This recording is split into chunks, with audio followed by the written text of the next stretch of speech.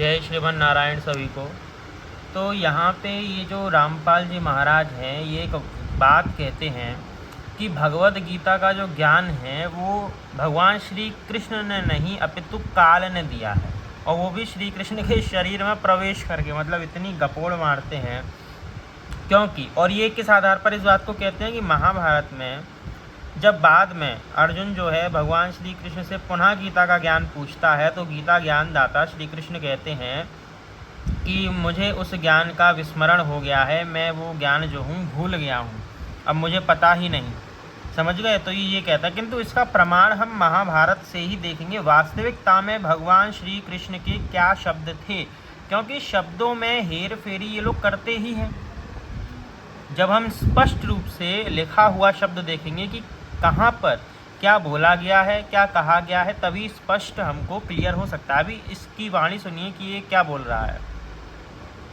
इस त्रिगुणमयी माया के द्वारा जिनका ज्ञान हरा जा चुका है, ये स्टार्टिंग से सुनिए आगे। 7 के श्लोक नंबर 12 से लेकर 15 तक गीता ज्ञानदाता कहता है कि जो तीनों गुणों की भक्ति करते हैं। 7वां श्लोक, 7वां अध्याय, 12वां 13वां, ठीक है। 7वें अध्याय का हम खोल लेते हैं यहीं से। ये देखो, पहले आप सुन ही लो पूरा, है ना, सुन लो। ब्रह्मा सद्गुरु विष्णु तमोगुण शिव जी, इस त्रिगुणमयी माया के द्वारा जिनका ज्ञान हरा जा चुका है, अच्छा,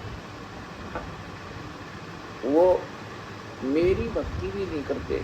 अच्छा, उनके बारे में कहा है कि राक्षस स्वभाव को धारण किए हुए मनुष्यों में नीच दूषित कर्म। पहले तो इनसे पूछो कि गीता जी का जो ज्ञान है वो यदि काल ने बोला है तो तुम्हारे लिए गीता प्रमाण क्यों है? तुम क्यों कहते हो कि गीता वेदों का सार है? क्योंकि जो काल ब्रह्म है उसने तो सभी वेदों का जो सूक्ष्म वेद है, इनके अनुसार जो सूक्ष्म वेद है उसका नाश कर दिया था, जिसके अंदर सारी मूल सामग्री थी, ठीक है। और जबकि 5वां जो वेद है, शास्त्रों से प्रमाणित जो बताया गया है, वो पुराण, इतिहास इत्यादि है, ठीक है। पुराणम पंचवेद, जो श्रीमद् भागवत में स्पष्ट रूप से वर्णन प्राप्त होता ही है हमको। वाले मूर्ख, अभी इन्हीं को इनके शब्दों से इन्हीं को मूर्ख सिद्ध करेंगे अभी हम। आप देखिए पूरी वीडियो बहुत ध्यानपूर्वक। साधना भी नहीं करते। ये कौन बोल रहा है? श्रीमद् भगवद गीता का ज्ञान ये काल बोल रहा है, ये ब्रह्म बोल रहा है, ये सर्वपुरुष बोल रहा है, और श्री कृष्ण के शरीर में प्रवेश करके, ये देखो, श्री कृष्ण के शरीर में प्रवेश बोल रहा है प्रेतवत। श्री कृष्ण का शरीर कोई किराए का घर नहीं है जो कोई भी ऐरा गैरा नत्थु गैरा आकर के प्रवेश करके कुछ भी बोल करके चला जाएगा, ठीक है। अभी इनके ज्ञान को हम भगवद गीता से देखेंगे।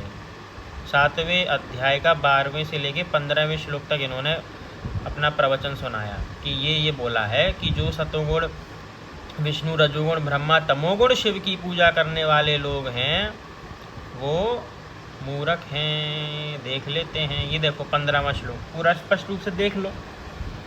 इन्होंने तो केवल श्लोक बोला, यहाँ इस वाले श्लोक में तो इन्होंने हाथ भी रख करके नहीं बताया कि भाई हाथ रख करके, उंगली रख करके कुछ तो बता देते। ये देखो, नमाम दुष्कृतिनो मूढ़ाः प्रपद्यन्ते नराधमाः मायया परिहित अज्ञाना आसुरम भावम आश्रिताः। देखो, अब माया के द्वारा जिनका ज्ञान हरा गया है वे आसुर भाव का आश्रय लेने वाले मनुष्यों में महान नीच, पाप कर्म करने वाले मूढ़ मनुष्य पर मेरे शरण नहीं होते। मेरे माने भगवान श्री कृष्ण के, ठीक है।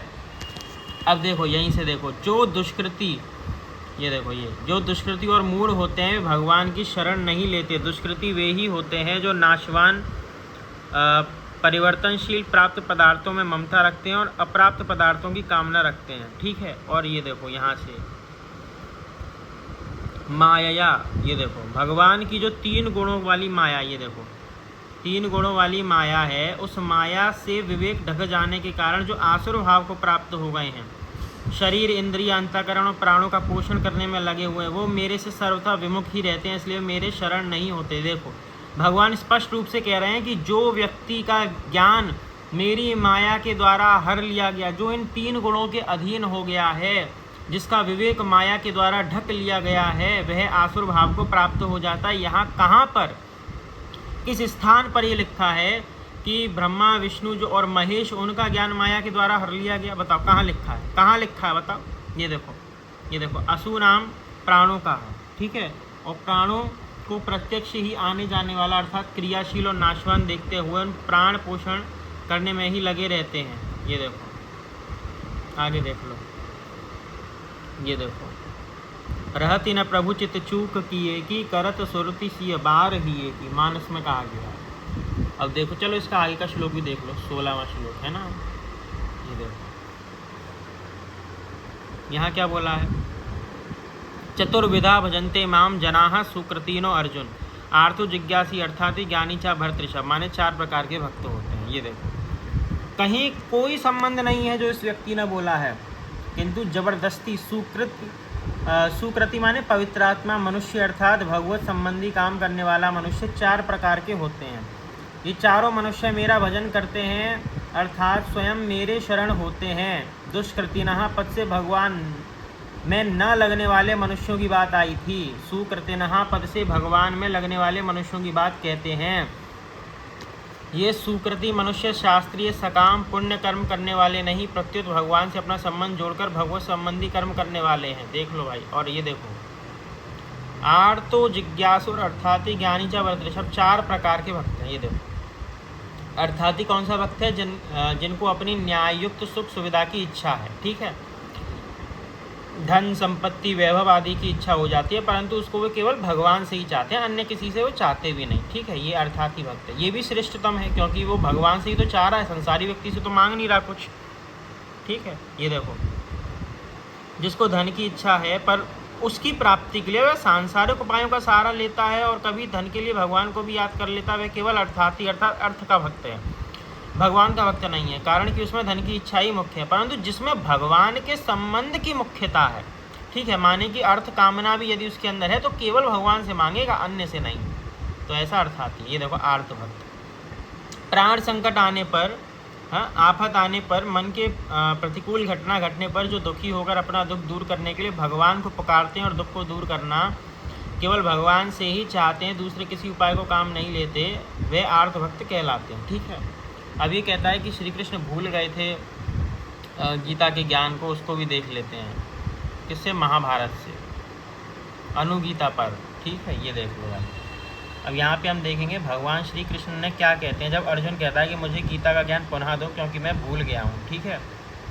ये देखो अर्जुन, ये देखो श्री कृष्ण कह रहे हैं, अर्जुन उस समय मैंने तुम्हें अत्यंत गोपनीय ज्ञान का श्रवण कराया था, अपने स्वरूप भूत धर्म सनातन पुरुषोत्तम तत्व का परिचय दिया था। ये कौन बोल रहा है, ये श्री कृष्ण बोल रहे हैं, ये काल नहीं बोल रहा है। यदि काल बोल रहा होता तो रामपाल के अनुसार तो भगवान श्री कृष्ण तो सब कुछ भूल गए थे, श्री कृष्ण को यही पता नहीं होता कि मैंने ज्ञान क्या दिया है, किंतु श्री कृष्ण तो यहाँ स्पष्ट रूप से बता रहे हैं कि मैंने तुम्हें गोपनीय ज्ञान दिया है भैया, माने कि अपने, देखो क्या कह रहे हैं, अपने स्वरूप भूत, मैंने अपने स्वरूप भूत का धर्म सनातन पुरुषोत्तम तत्व का तुमको परिचय दिया था। और यदि ये सब काल बोल रहा होता, मुझे बताओ, और गीता देने के बाद तो काल चला गया था श्री कृष्ण के शरीर में, तब तो काल था नहीं, इसका मतलब इस समय तो श्री कृष्ण के शरीर में काल नहीं है, जब ये बोल रहे हैं तो श्री कृष्ण ही बोल रहे हैं, ठीक है। अब रामपाल के वचन से ही रामपाल का खंडन करता हूँ। ये बाबा जितना उछलता है ना, जब हम बेटा शास्त्र खोलते हैं ना तो अच्छे अच्छे पानी नहीं मांगते, ये देखो, किंतु तुमने जो अपनी नासमझी के कारण, अब मुझे ये बताओ, जब भगवान श्री कृष्ण सब कुछ भूल गए थे तो भगवान कृष्ण ने ये क्यों कहा कि मैंने अपने स्वरूप भूत का धर्म सनातन पुरुषोत्तम तत्व का परिचय दिया था, ये क्यों बोला श्री कृष्ण ने, क्योंकि उनको स्मरण था सब कुछ, ठीक है। अब ये देखो, उन बातों का पूरा पूरा स्मरण होना संभव नहीं जान पड़ता, ठीक है, स्मरण होना संभव नहीं जान पड़ता, ऐसा बोला, ये नहीं बोला कि मैं भूल गया हूँ। अब एक समय पे जो घटना घटित हो गई वो हो गई, ठीक है, अब उसको दोबारा बोलना वैसे संभव नहीं हो पाता, वो श्री कृष्ण कह रहे हैं। पांडुनंदन, निश्चय ही तुम बड़े श्रद्धाहीन हो। ये देखो, अर्जुन को भी तो दोष दे रहे हैं भगवान श्री कृष्ण, देखो तुम बड़े श्रद्धाहीन हो, तुम्हारी बुद्धि बहुत मंद जान पड़ती है। धनंजय, अब मैं उस उपदेश को ज्यों का त्यों नहीं कह सकता, ठीक है, मतलब कह तो सकता हूँ किंतु जैसा मैंने पहले कहा था ज्यों का त्यों वैसा नहीं, ठीक है, उससे थोड़ा भिन्न हो सकता है वो, किंतु वो उपदेश भी तुम्हारे काम का ही होगा, क्योंकि वे धर्म ब्रह्मपद की प्राप्ति कराने के लिए पर्याप्त होता है, वे सारा का सारा धर्म उसी रूप में फिर दोहरा देना अब मेरे वश की बात भी नहीं है, ठीक है। किंतु आगे बताते भी हैं श्री कृष्ण। अब ये देखो, उस समय योग युक्त होकर भगवान कहते हैं कि उस समय योग युक्त होकर मैंने परमात्मा तत्व का वर्णन किया था। अब उस विषय का ज्ञान कराने के लिए मैं एक प्राचीन इतिहास का वर्णन करता हूँ।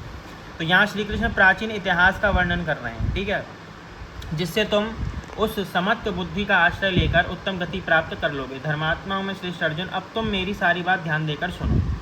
शत्रु दमन एक दिन की बात है। दुर्दश ब्राह्मण ब्रह्मलोक से उतरकर स्वर्गलोक में होते हुए मेरे यहाँ आए। मैंने उनकी विधिवत पूजा की, मोक्ष धर्म के विषय में प्रश्न किया। भरत श्रेष्ठ, मेरे प्रश्न का उन्होंने सुंदर विधि से उत्तर दिया। पार्थ, वही मैं तुम्हें बतला रहा हूँ, कोई अन्यथा विचार ना करके इसे ध्यान देकर सुनो। सुनाओ।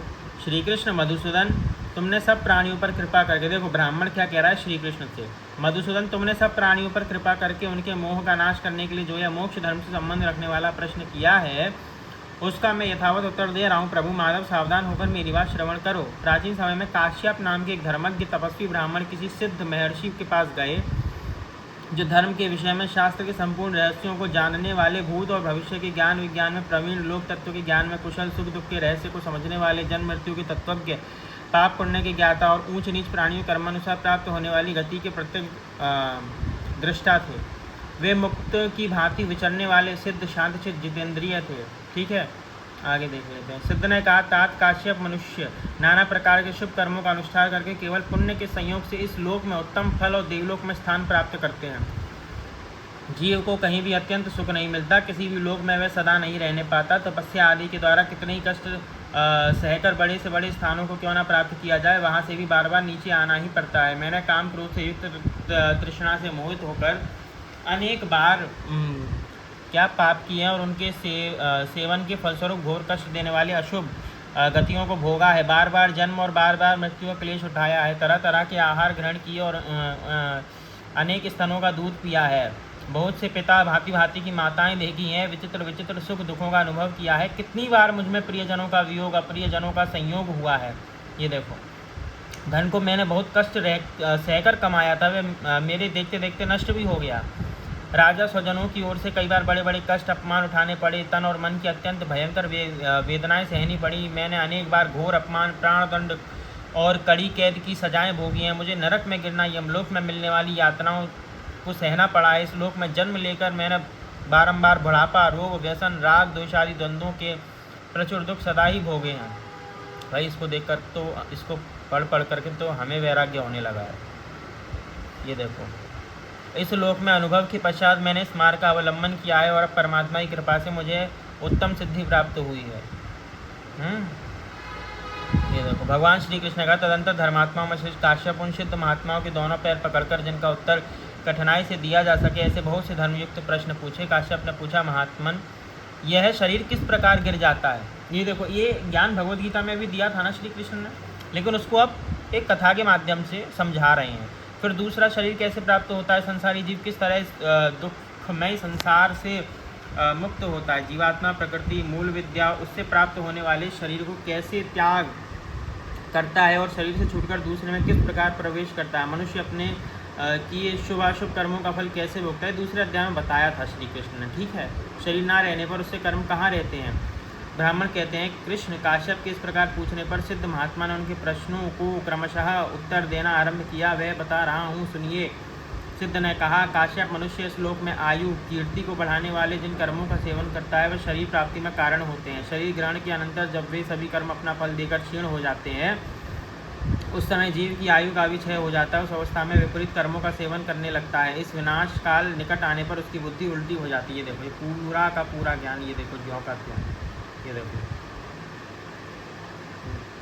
भगवान ने कहा था लेकिन फिर भी उन्होंने कुछ ज्ञान अर्जुन को दिया। ऐसी बात नहीं कि नहीं दिया हो। ये देखो, जीव के गर्भ प्रवेश, आचार धर्म, कर्म फल की अनिवार्यता, संसार से तरने के उपाय का वर्णन। ठीक है, ये जो कथा है ये अर्जुन को सुनाई जा रही है। ये देखो, गुरु शिष्य संवाद में मोक्ष प्राप्ति के उपाय का वर्णन। ये देखो, ये सब अर्जुन को सुनाया जा रहा है, ये सब पूरा का पूरा। ये देखो, पढ़ लेना भले ही, तो रोक करके वीडियो को थोड़ा स्क्रॉल करके देख लेना। और मैंने बता ही दिया, महाभारत अनुगीता पर्व है तो उसमें भी आप पढ़ लेना। देखो, ब्राह्मण गीता, एक ब्राह्मण अपनी पत्नी से ज्ञान यज्ञ का उपदेश दे। ये देखो, ब्राह्मण गीता का उपदेश, ये देखो है। ठीक है, उसकी अपेक्षा में छोटी है, इसीलिए इसको अनुगीता कह दिया गया। ठीक है, ये देखो, पूरा का पूरा वर्णन किया गया है। ये देखो, पढ़ लेना आराम से। ये देखो, मन बुद्धि इंद्रिय रूप सप्त होताओं का यज्ञ तथा मन इंद्रिय संवाद का वर्णन। ये देखो ये सब, ये देखो कितना कितना वर्णन किया। ये देखो प्राण अपान, ये सब भी भगवत गीता में था। प्राण अपान आदि का संवाद, ब्रह्मा जी की सबकी विशेषता बतलाना। ये देखो, है ना। तो ये रामपाल जो है वो किस प्रकार से आप लोगों को मूर्ख बना रहा है, इसके मूर्खतापूर्ण प्रलापों से बचिए। और हम जो है इसका पाखंड उजागर कर रहे हैं शास्त्रों के माध्यम से। तो आप सभी हमको सपोर्ट करिए, चैनल को सब्सक्राइब कीजिए, शेयर कीजिए, लाइक कीजिए, क्योंकि आपका जो सपोर्ट है वो हमारे लिए अनिवार्य है। आपकी जो इस धर्म के कार्य में आपका जो सहयोग है वो बहुत अनिवार्य है हमारे लिए। इसीलिए आप सभी भी यदि चाहते हैं ऐसे पाखंडियों का विनाश हो, सभी को इनके पाखंड का सत्य का ज्ञान हो, तो आप सभी हमारे साथ बने रहिए और हमारे चैनल को सब्सक्राइब कीजिए और अधिक से अधिक इन वीडियो को शेयर कीजिए, जिससे कि सबको ज्ञात हो कि किस प्रकार से गीता से छेड़छाड़ कर रहे हैं हमारे शास्त्रों से।